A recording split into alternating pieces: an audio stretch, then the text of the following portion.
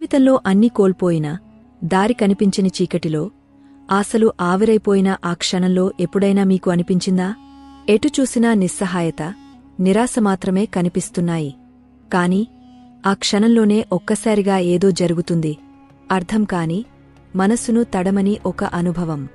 అది కేవలం యాదృచ్ఛికం కాదు, అది దేవుని సంకేతం. మీ జీవితంలో మంచి రోజులు రాబోతున్నప్పుడు భగవంతుడు మౌనంగా కొన్ని సంకేతాలు పంపుతాడు. ఆ సంకేతాలను మీరు గుర్తించగలిగితే మీ జీవితం శాశ్వతంగా మారిపోతుందని అర్థం చేసుకోండి. ఈ కథ ఆ దివ్య సంకేతాల గురించినది. ఈ సంకేతాలను తెలుసుకుని మీరు ఆశ్చర్యపోతారు. బహుశా మీ జీవితాన్ని కొత్త దృక్కోణంతో చూడటం ప్రారంభిస్తారు. మీరు ఈ కథను చూస్తున్నారంటే అది కేవలం యాదృచ్ఛికం కాదు, శ్రీకృష్ణుని సంకేతం కావచ్చు. ఈ కథను ఆద్యంతం శ్రద్ధగా వినండి. ఒక్క క్షణం కూడా వదిలేయకండి. ఎందుకంటే అధూరమైన శ్రద్ధ అధూర ఫలితాన్ని ఇస్తుంది. మీరు ఈ కథను మధ్యలో వదిలేస్తే దేవుడు మీరు తనకు సమయం ఇవ్వడానికి సిద్ధంగా లేరని భావించవచ్చు. మనం దేవునికి సమయం ఇవ్వనప్పుడు ఆయన కూడా మన పిలుపును కొంతకాలం వేచి ఉంచుతాడు. కాబట్టి పూర్తి ప్రేమతో, భక్తితో, విశ్వాసంతో ఈ దివ్య సందేశాన్ని చివరి వరకు వినండి. ఎవరికి తెలుసు, ఈ కథలోని ఒక్క వాక్యంలో, ఒక్క క్షణంలో మీరు సంవత్సరాలుగా ఎదురుచూస్తున్న సమాధానం దాగ ఉండవచ్చు. మీ హృదయం ఈ సందేశం నీకోసమే అని చెబితే కామెంట్లో తప్పక రాయండి. జై శ్రీ రాధాకృష్ణ. ఈ కథను హృదయపూర్వకంగా ఇష్టపడండి. సబ్స్క్రైబ్ చేయండి, బెలైకాను నొక్కండి. తద్వారా శ్రీకృష్ణుని తదుపరి సంకేతం వచ్చినప్పుడు మీరు వెంటనే గుర్తించగలరు. శ్రీకృష్ణుడు చెబుతాడు, మీరు అలసిపోయినా నడవడం ఆపకండి, ఎందుకంటే ఆ క్షణంలోనే నేను మీకు అత్యంత సమీపంగా ఉంటాను. ప్రతి అడ్డంకిలో ఒక దారిదాగ ఉంటుంది, ప్రతి చీకటి వెనుక ఒక వెలుగుదాగ ఉంటుంది. మీరు కేవలం విశ్వాస జ్యోతిని వెలిగించాలి. మీరు ఎక్కడున్నా, ఎలా ఉన్నా, శ్రీకృష్ణుడు మీపై, మీ కుటుంబంపై, మీ హృదయంపై తన అనంత కృపను కురిపిస్తాడు. మీ జీవితం సుఖం, శాంతి, భక్తి, ప్రేమంతో నిండిపోవాలని మా ప్రార్థన. ఇదే మా వినతి. చాలాసార్లు మనిషి జీవితంలో చేసే అతిపెద్ద తప్పు ఏమిటంటే తన బాధలు ఎన్నటికీ తీరవని భావించడం. కష్టాలు నలువైపులా చుట్టుముట్టినప్పుడు తన అదృష్టమే చెడిపోయిందని అనుకుంటాడు. కాని శ్రీకృష్ణుడు చెబుతాడు, బాధలు తారాస్థాయికి చేరినప్పుడు అది ఒక సంకేతం. ఇక మార్పు రాబోతోంది. రాత్రి సూర్యోదయానికి ముందు అత్యంత చీకటిగా ఉంటుంది. అలాగే జీవితంలోని చీకటి కూడా వెలుగును స్వాగతించడానికి వస్తుంది. మంచి రోజులు రాబోతున్నప్పుడు భగవంతుడు కొన సూక్ష్మమైన సంకేతాలు ఇస్తాడు. వాటిని చూడడానికి దృష్టి కావాలి, అర్థం చేసుకోవడానికి శ్రద్ధ కావాలి. మొదట్లో జీవితం మరింత కష్టంగా అనిపిస్తుంది. రోజువారీ విషయాలు చెడిపోతాయి, సమస్యలు ఒకదాని వెనుక ఒకటి వస్తాయి. సంబంధాల్లో సంఘర్షణలు, పనిలో అడ్డంకులు, శరీరంలో అలసట, ప్రతి రంగంలో విచ్ఛిన్నం అనిపిస్తుంది. ఇక్కడే మొదలవుతుంది భగవంతుని మొదటి సంకేతం, విచ్ఛిన్నం. శ్రీకృష్ణుడు చెబుతాడు, మట్టిని విరిచే వరకు కొత్త గింజ వేయలేం. పాత నిర్మాణాన్ని కూల్చకపోతే కొత్త భవనం నిలవదు. కాబట్టి మీ జీవితం విరిగిపోతున్నట్లు అనిపిస్తే భయపడకండి. ఇది ఒక సంకేతం. దేవుడు మీ జీవితంలో కొత్తగా, దివ్యంగా ఏదో సృష్టించబోతున్నాడు. ప్రజలు తరచూ అడుగుతారు, భగవంతుడు మాతో ఇలా ఎందుకు చేస్తాడు? కాని వాళ్లకు అర్థం కాదు, ఆయన మిమ్మల్ని సిద్ధం చేస్తున్నాడు. ఒక కుమ్మరి మట్టిపాత్రను అందంగా తీర్చిదిద్దాలనుకుంటే మొదట ఆ మట్టిని పిసికి, కొట్టి, దాని మెత్తదనాన్ని తొలగస్తాడు. తర్వాత చక్రంపై తిప్పి, దాని ఆకారాన్ని మార్చి, ఆ తర్వాత నిప్పులో కాల్చి, అప్పుడు ఒక ఉపయోగకరమైన పాత్ర తయారవుతుంది. అలాగే జీవిత చక్రం వేగంగా తిరిగినప్పుడు, నలువైపులా బాధలు వచ్చినప్పుడు, మంచి రోజులు ఇక సమీపంలోనే ఉన్నాయని అర్థం చేసుకోండి. రెండవ సంకేతం, ఒంటరితనం. ఒకప్పుడు మీతో ఉన్నవాళ్లు దూరమవుతారు. మీరు మీ వాళ్లని అనుకున్నవాళ్లు క్రమంగా విడిపోతారు. ఇది దేవుని రెండవ సంకేతం.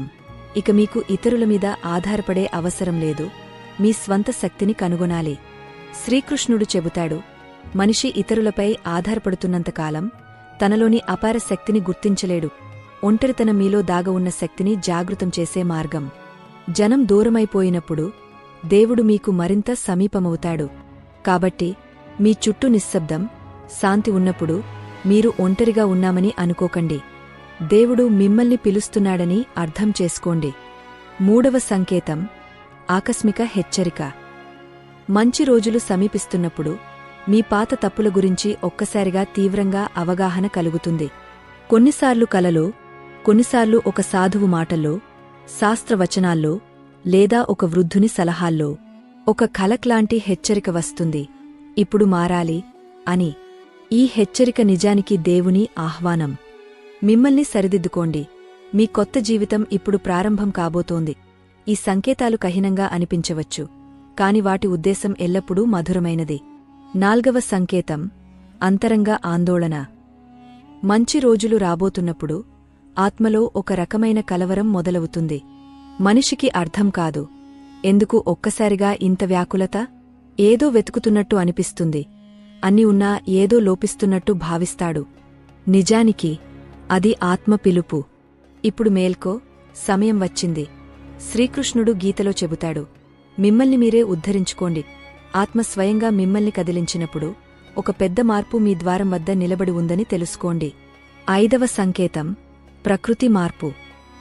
భగవంతుడు మీ జీవితంలో శుభమార్పులు తీసుకురాబోతున్నప్పుడు ప్రకృతి కూడా దానికి తోడవుతుంది. ఒక్కసారిగా వాతావరణం మీ మనసును మార్చేస్తుంది. పక్షుల కిలకిల నాదం ప్రత్యేకంగా అనిపిస్తుంది. సూర్యాస్తమయం, సూర్యోదయం కొత్త అనుభూతిని ఇస్తాయి. ఇవన్నీ సంకేతాలు. మీ చుట్టూ ఉన్న శక్తి మారుతోంది. విశ్వం మీ పక్షంగా పనిచేస్తోంది. మీ కర్మలు అంత పుణ్యాన్ని సంచితం చేశాయి, ఇప్పుడు ఫలితం రాబోతోంది. శ్రీకృష్ణుడు చెబుతాడు, అర్జునుడు యుద్ధ సమయంలో అత్యంత భ్రమలో, బాధలో ఉన్నప్పుడు నేను గీతను ఇచ్చాను. అత్యంత చీకటిలో జ్ఞానబీజాన్ని నాటాను. కాబట్టి ఇప్పుడు అన్నీ తిరగబెట్టినట్టు అనిపిస్తున్న వాళ్లకు ఇది గొప్ప ఆశాదీపం. ఇప్పుడు మీరు సిద్ధంగా ఉన్నారు. ఎక్కువగా తడబడిన ఆత్మే అత్యంత జాగృతమవుతుంది. ఎక్కువగా పడిపోయిన వ్యక్తే అత్యంత ఎత్తుకు ఎగరడానికి జన్మిస్తాడు. కాని ఈ సంకేతాలను గుర్తించడానికి 2 విషయాలు అవసరం: శ్రద్ధ, ఓర్పు. శ్రద్ధ లేకపోతే వీటిని అర్థం చేసుకోలేము, ఓర్పు లేకపోతే వీటిని దాటలేము. చాలాసార్లు భగవంతుడు సంకేతాలు ఇచ్చినా మనం మన చింతల్లో, నిరాశలో అంతగా మునిగిపోయి వాటిని చూడలేము. జీవితం మిమ్మల్ని బిగ్గరగా పిలుస్తుంది, కాని మనం మన బాధల గోడల్లో బందీలమై ఉంటాం. అందుకే శ్రీకృష్ణుడు చెబుతాడు, సమయం మారబోతున్నప్పుడు మొదట మనసు మారుతుంది, భావం మారుతుంది, దృక్కోణం మారుతుంది. ఈ మార్పులన్నీ మీ లోపలి నుంచి ప్రారంభమవుతాయి. బయటి ప్రపంచం కేవలం ప్రతిబింబం మాత్రమే. లోపల వెలుగు వచ్చినప్పుడు బయట కూడా వెలుగు స్వయంగా వస్తుంది. చివరగా, మంచి రోజులు రాబోతున్నప్పుడు ఒక గాయమైన సంకేతం లభిస్తుంది: ప్రేరణ జననం. ఒక్కసారిగా ఏదో మాట మీ మనసును తాకుతుంది. ఒక ఆలోచన మిమ్మల్ని లోపలి నుంచి కదిలిస్తుంది. ఒక గ్రంథ శ్లోకం, భజన పంక్తి, సాధువు దృష్టి, ఇవన్నీ మీలో సుషుప్తంగా ఉన్న శక్తిని జాగృతం చేస్తాయి. అప్పుడు మీరు కొత్త జీవితం వైపు అడుగులు వేస్తారు. అది మీ నిజమైన స్వరూపం. ఆ రోజు మీరు కేవలం మీకోసం కాదు, ఇతరుల కోసం కూడా వెలుగు అవుతారు. జీవిత దిశ అనిశ్చితంగా ఉన్నప్పుడు, నలువైపులా పొగమంచు కమ్మినప్పుడు, ప్రతి మార్గంలో వైఫల్యం గాలివాటంలా వస్తున్నప్పుడు, అయినా లోపల ఎక్కడో నేను విరిగపోలేదు అన్న భావన మిగిలితే, అప్పుడు అర్థం చేసుకోండి, శ్రీకృష్ణుని అదృశ్య స్పర్శ మీ జీవితంలో దిగవచ్చింది. ఇదే ఆ సమయం. మంచి రోజులు రాకముందు భగవంతుడు తన అత్యంత రహస్యమైన సంకేతాలను ఇవ్వడం ప్రారంభిస్తాడు. చాలాసార్లు మనిషి తన జీవితంలోని అతిపెద్ద సమస్యలను శాపంగా భావిస్తాడు. కాని కృష్ణుడు తెలుసు, మీపై జరుగుతున్నది భవిష్యత్తులో అందమైన అధ్యాయానికి ఆరంభం. ఒక గింజకు మట్టిలో కప్పబడి, చీకటిలో ఉండి, విరిగి, కుళ్ళిపోవడం బాధ అయితే, అదే పుష్పంగా మారే సిద్ధత కూడా. ఇప్పుడు ఒక సామాన్య మనిషి కథ చెప్పుకుందాం. అతను ఎప్పుడూ దేవునితో నేరుగా మాట్లాడలేదు, చమత్కారం చూడలేదు, దివ్యశక్తిని తెలుసుకోలేదు. అయినా అతని జీవితాన్ని పూర్తిగా మార్చే సంకేతాలు ఒక్కొక్కటిగా రావడం ప్రారంభమయ్యాయి. వృందావనం సమీపంలో నటేశ్వర అనే గ్రామంలో మన్హర్ అనే యువకుడు ఉండేవాడు. అతను నిరుపేద, కాని అత్యంత జాగ్రత్తగల హృదయం కలిగినవాడు. బాల్యం నుంచి అతను కష్టాలను చూశాడు. తండ్రి ఆవులు కాసేవాడు, తల్లి ఆలయంలో పూలు సమర్పించే పనిచేసేది. కుటుంబంలో పెద్దగా భక్తి లేదు, కాని మన్హర్ లోపల ఒక నిశ్శబ్ద భావన పెరిగింది, ఏదో శక్తి తనను చూస్తోందని. ఒకరోజు వర్షం బాగా కురుస్తుంటే ఇంటి పైకప్పు కారుతోంది. మన్హర్ తన మూలలో కూర్చుని అన్నాడు, ఓ ప్రభూ, నాకోసం మీరు ఏమీ చేయలేరా? ఆ నిష్కల్మషమైన ప్రశ్న ఆకాశంలో ఒక లహరిని లేపింది. ఆ రాత్రి అతను ఒక కల చూశాడు. శ్రీకృష్ణుడు ధ్యానంలో కూర్చుని మాట్లాడకుండా అతని వైపు చూస్తున్నాడు. ఆ దృష్టిలో కోపం లేదు, చిరునవ్వు లేదు, కేవలం ప్రతీక్ష. అతను గబగబా లేచాడు, చెమటలతో తడిసిపోయాడు. ఆ రాత్రి నుంచి అతని జీవితంలో చిన్న చిన్న సంకేతాలు రావడం ప్రారంభమయ్యాయి.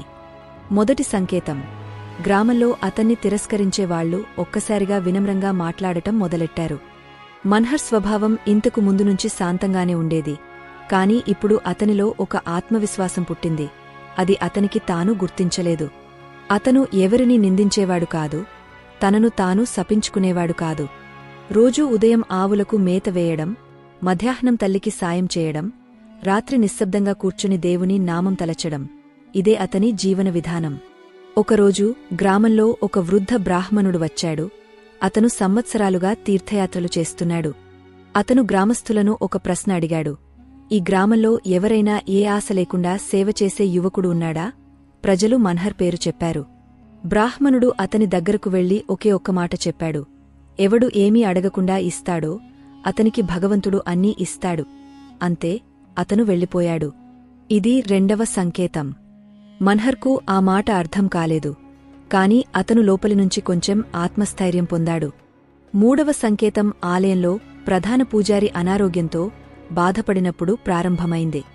ఎవరూ అతని స్థానం తీసుకోవడానికి సిద్ధంగా లేరు. గ్రామ పెద్దలు సంప్రదించి మన్హర్ పేరు సూచించారు. పెద్ద విద్యాభ్యాసం లేకపోయినా తన శ్రద్ధ, శుద్ధతతో అతన్ని ఆలయ సేవకుడిగా నియమించారు. శ్రీకృష్ణుని చరణాల వద్ద కూర్చోవడం, దీపం వెలిగించడం, తులసి సమర్పించడం, ఇవన్నీ మన్హర్కు జీవిత పరిపూర్ణతలా అనిపించాయి. కాని అతనికి తెలియదు, శ్రీకృష్ణుడు దీని ద్వారా అతని పరీక్ష తీసుకుంటున్నాడని. అతని జీవితం మారడం ప్రారంభమైంది. ఆలయానికి వచ్చే చాలామంది అతన్ని చూసి అద్భుతమైన శాంతిని అనుభవించారు. ఒక వృద్ధ మహిళ ఏడుస్తూ, బేటా, నేను ఇక్కడ సంవత్సరాలుగా వస్తున్నాను, కాని ఈరోజు మొదటిసారి శ్రీకృష్ణుడు ఇక్కడే ఉన్నట్టు అనిపించింది అని చెప్పింది. ఇది నాల్గవ సంకేతం. ప్రజలు మీ ద్వారా దేవుని చూడటం మొదలెట్టినప్పుడు దేవుడు మీలో నివసిస్తున్నాడని అర్థం. ఇప్పుడు అతని జీవితంలో అతిపెద్ద సంకేతం వచ్చింది, అపార దున్హకం. అతని తల్లి ఒక్కసారిగా అనారోగ్యంతో పడిపోయి కొన్ని రోజుల్లోనే మరణించింది. ఈ ఆఘాతం అతనికి సహించలేనిది. అతను రోజంతా ఆలయంలో కూర్చుని కన్నీళ్లు కారుతూ ఉండేవాడు. కాని ఒక్క ఫిర్యాదు చేయలేదు. కేవలం ఇలా అన్నాడు, ఓ కృష్ణ, ఇది కూడా నీ ఇష్టమే అయితే నీకు నమస్కరిస్తాను. ఇదే ఆ క్షణం శ్రీకృష్ణుడు తన నిజమైన సంకేతాన్ని ఇచ్చాడు. ఆలయ ప్రధాన పూజారి మన్హర్ను పిలిచి, బేటా, నేను ఇక సేవ చేయలేను. భగవంతుడు నా కలలో వచ్చి, ఇక నీవే నా సేవకుడివి, ఈ ఆలయం నీ చేతుల్లో ఉందని చెప్పాడు అన్నాడు. మన్హర్ స్తబ్దుడైపోయాడు. తనను తాను అర్హుడిగా భావించలేదు. కాని పూజారి అతన్ని ఆశీర్వదించి, అర్హుడైనవాడు ఎప్పుడూ తనను అర్హుడిగా భావించడు అన్నాడు. అక్కడినుంచి మన్హర్ జీవితం ఒక వెలుగైంది. దూరదూరం నుంచి ప్రజలు అతని దర్శనానికి వచ్చేవారు. అతని చేతులనుంచి తులసి తీసుకోవడం పుణ్యంగా భావించేవారు. అతను చెప్పిన గీతా పంక్తులు ప్రజల జీవితాలను మార్చేవి.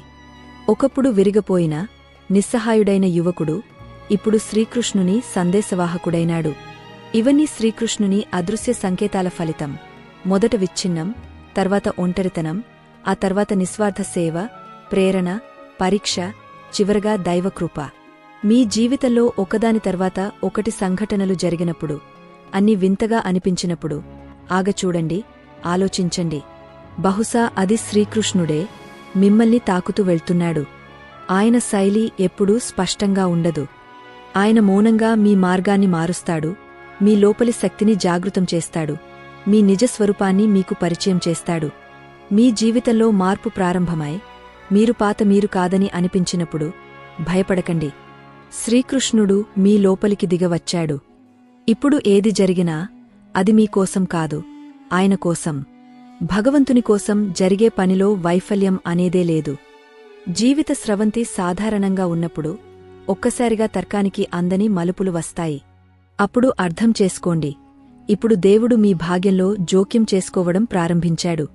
శాస్త్రం, బుద్ధి అర్థం చేసుకోలేని చమత్కారాలు, మంచి రోజులు దగ్గరలోనే ఉన్నాయని సంకేతాలు. ఎందుకంటే భగవంతుడు స్వయంగా మీ కథలోకి దిగినప్పుడు మొదట దాన్ని గజిబిజి చేస్తాడు, తర్వాత దాన్ని అందంగా అల్లుతాడు, చివరగా జరిగేది దివ్యంగా ఉంటుంది. ఇప్పుడు శ్రీకృష్ణుడు స్వయంగా సంకేతాలు ఇచ్చే ఒక కథలోకి ప్రవేశిద్దాం.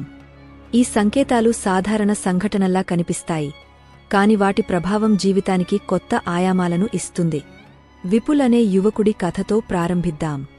అతను చమత్కారాలను నమ్మేవాడు కాదు. చదువుకున్న, యథార్థవాది అయిన విపుల్ కర్మను మాత్రమే నమ్మేవాడు. అతనికి దేవుడు కేవలం ఒక భావన, మానసిక ఆసరా మాత్రమే. అతను పూజలు చేయడు, ఆలయాలకు వెళ్ళడు, ప్రవచనాలు వినడు. ఏది జరగాలో నేనే చేస్తాను, దేవుని మధ్యలో తెచ్చే అవసరం లేదు అనేవాడు. కానీ జీవితమెప్పుడు ఎవరికి ఏం నేర్పుతుందో ఎవరికీ తెలియదు. విపుల్ తన కుటుంబం కోసం పెద్ద కలలు కన్నాడు.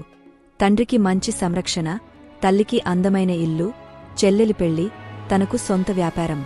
కాని సమయం గడిచే కొద్దీ అతని కష్టానికి ఏమీ ఫలితం రాలేదు. 3 సార్లు వ్యాపారం ప్రారంభించాడు, 3 సార్లు నష్టపోయాడు.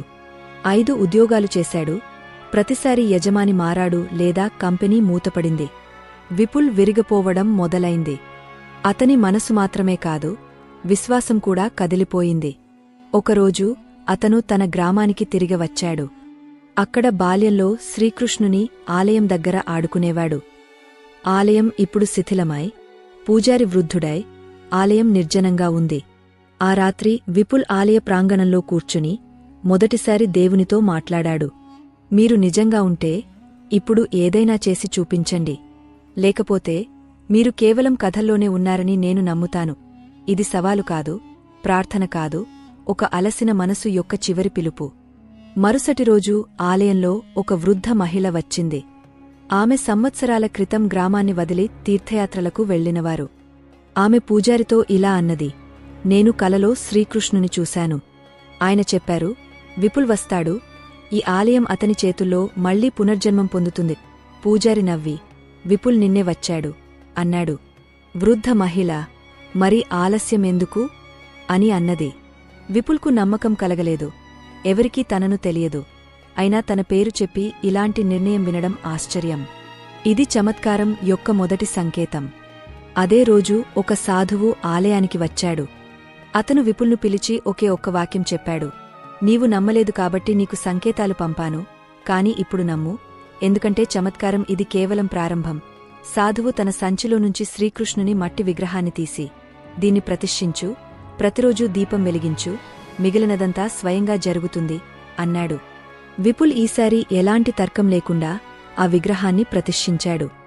అక్కడినుంచి అతని జీవితంలో ప్రతిరోజూ ఒక కొత్త చమత్కారం ప్రారంభమైంది. మొదటి చమత్కారం అదే రోజు జరిగింది. గ్రామంలో ఒక వ్యాపారి వచ్చి, నాకు నీతితో పనిచేసే ఒక యువకుడు కావాలి, నీ పేరు విన్నాను అన్నాడు. విపుల్ ఆ పనిని స్వీకరించాడు. మొదటి వారంలోనే వచ్చిన లాభం అతను గతంలో చేసిన 3 ప్రయత్నాల కంటే ఎక్కువ. రెండవ చమత్కారం, అతని చెల్లెలి పెళ్లి సంవత్సరాలుగా ఆగపోయినది, ఒక్కసారిగా మంచి సంబంధం వచ్చింది.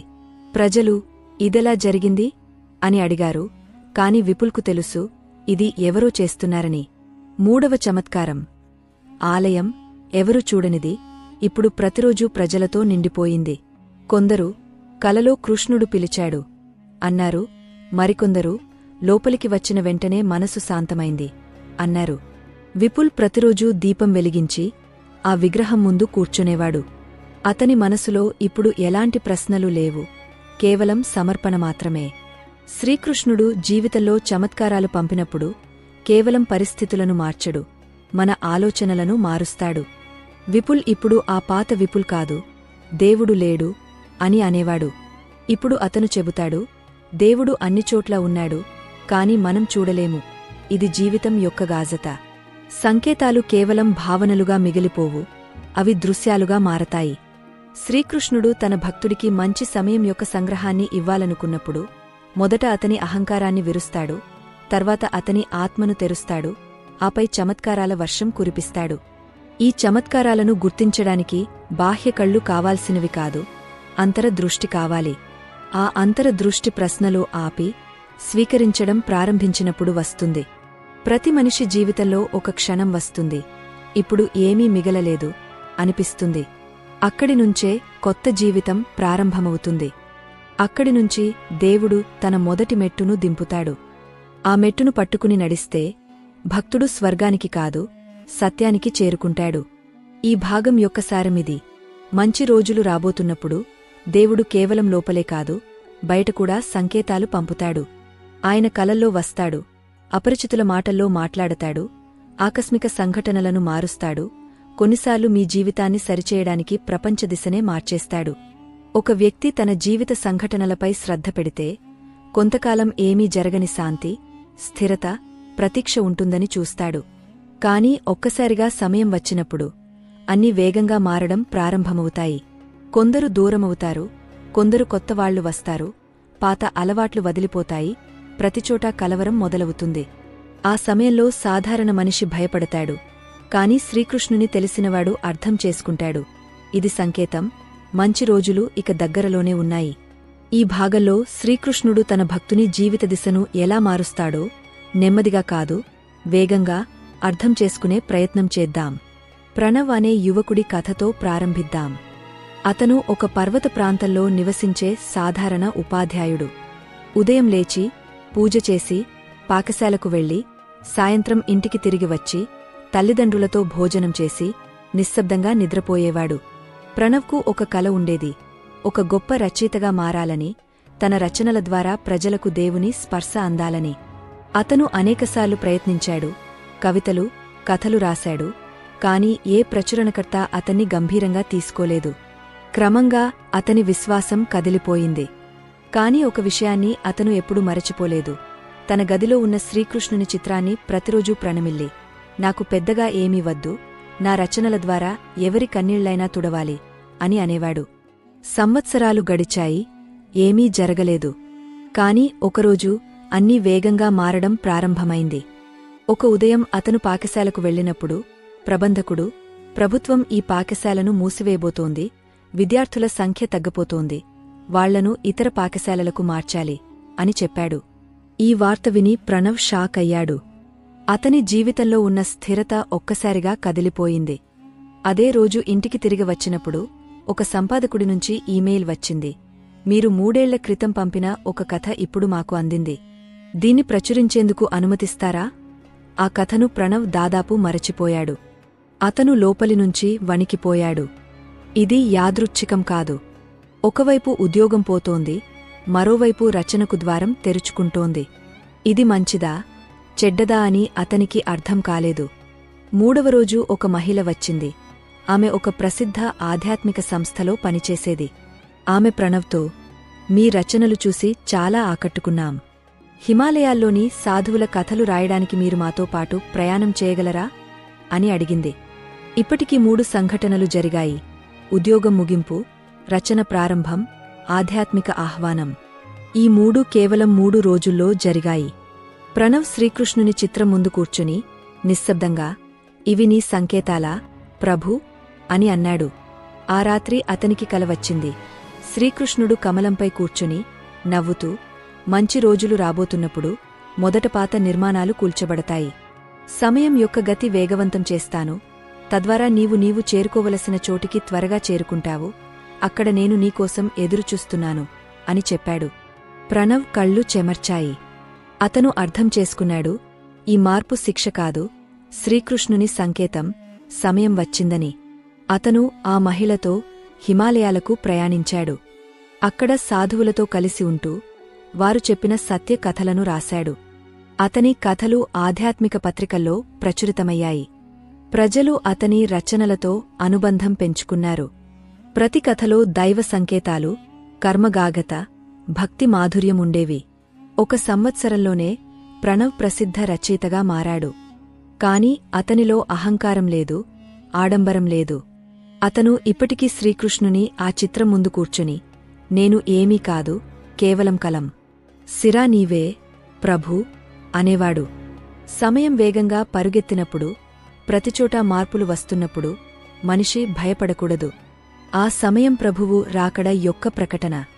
సముద్రం తుఫానుకు ముందు నిశ్శబ్దంగా ఉంటుంది. అలాగే మంచి సమయానికి ముందు జీవితం కదిలిపోతుంది. శ్రీకృష్ణుడు మీ లోపలి మార్పును కోరినప్పుడు బయటి ప్రపంచాన్ని కదిలిస్తాడు. తద్వారా మీరు లోపలి వైపు శ్రద్ధ పెడతారు. ఆయన సంకేతమిదే. నీవు ఇంతకు ముందు ఉన్న చోట ఆగపోకు, ఎందుకంటే నీకోసం నేను ముందు చాలా అందమైన దాన్ని సిద్ధం చేశాను. ఈ గతి నిన్ను ఎగరడానికి సిద్ధం చేస్తుంది. ఈ మార్పు నిన్ను నీతో నీవు కలవడానికి తీసుకొస్తుంది. ఈ భాగం యొక్క సారం: మంచి రోజులు సమీపిస్తున్నప్పుడు దేవుడు సమయం యొక్క గతిని వేగవంతం చేస్తాడు. అప్పుడు అన్నీ అస్థిరంగా అనిపిస్తాయి. పాత సంబంధాలు విరిగిపోతాయి, కొత్త బాధ్యతలు వస్తాయి, జీవితగతి వేగవంతమవుతుంది. తద్వారా నీవు త్వరగా ప్రభువు దగ్గరకు చేరుకుంటావు. మనిషి చేతన సీమితం కావచ్చు, కాని అతని ఆత్మ అనంతంతో అనుసంధానమై ఉంటుంది. మంచి సమయం రాబోతున్నప్పుడు మొదట ఆ ఆత్మే సంకేతాలను అందుకుంటుంది.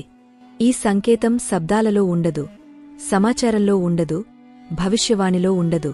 ఇది ఒక నిశ్శబ్ద అనుభవం, ఎలాంటి కారణం లేకుండా మనిషి హృదయాన్ని ఆనందంతో నింపుతుంది. అదే సమయం మనిషి అంటాడు, నాకు తెలీదు ఎందుకు, కాని ఈరోజు మనసు చాలా తేలికగా ఉంది.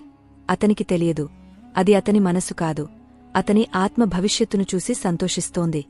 ఈ భాగంలో ఆత్మకు మంచి రోజులు రాబోతున్నాయని ముందుగానే ఎలా తెలుస్తుందో, శ్రీకృష్ణుడు తన ప్రియ భక్తులను మొదట లోపలినుంచి ఎలా సిద్ధం చేస్తాడో, ఆ తర్వాత బయటి ప్రపంచాన్ని ఎలా మారుస్తాడో తెలుసుకుందాం. ఈ కథ యొక్క నాయిక నైనా. నైనా ఒక సాధారణ అమ్మాయి, పెద్దగా చదువుకోలేదు, ఆశయాలు లేవు. కాని ఆమెను ప్రత్యేకంగా చేసిన ఒక విషయం: ఆమె సరళమైన, శాంతమైన, దైవమైన మనసు. నైనా జీవితం బాల్యం నుంచి కష్టాలతో నిండి ఉంది. తండ్రి చిన్న వయస్సులోనే మరణించాడు. తల్లి కుట్టు పనితో ఇంటిని నడిపింది. నైనా కూడా చిన్న వయస్సునుంచి పని చేయడం మొదలెట్టింది. కాని ఈ కష్టాలు ఆమెలో ఎలాంటి కఠినతను నింపలేదు. బదులుగా ఆమె దేవునితో ఒక అనుబంధాన్ని ఏర్పరచుకుంది. ఆమెకు విశ్వాసముండేది, ప్రభు అన్నీ తెలుసు, కేవలం ఓర్పు ఉంచాలి.